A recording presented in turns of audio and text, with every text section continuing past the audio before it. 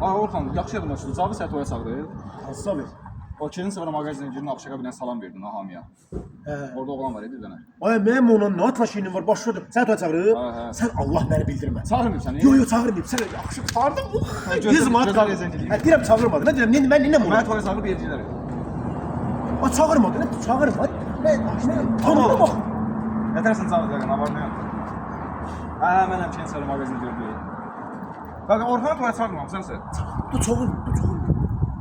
Ben İnci piyarda inarsan özü görüm yerə pis olur. Mən yalansız zatlar. Orxanla danışmaq istəyirsən. Təksən? Getdik. Yətərsən qaqa, nə var nə yox. Qaqa sən Orxanı toya çağırmamısan. Yaxşı. Ay deyən zaten səsi gəldi. Zaten qurtardı deyən. 1 2 3.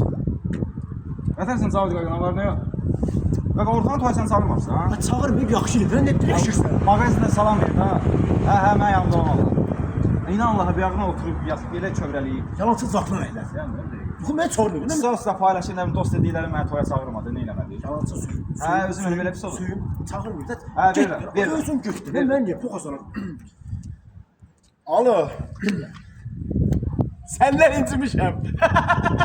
Səndən incimişəm. Yekə oğlansan, yekə kişisən, mənliyim, şərəfim, ləyaqətim.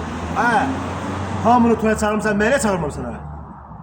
Yox, məni niyə ayırırsan? Mən gəldim dükanda 10 nəfərin içindən dedim qaqa salam, səni tanımırdım ki. Dedim qaqa, məni tanıyırsan? Yox.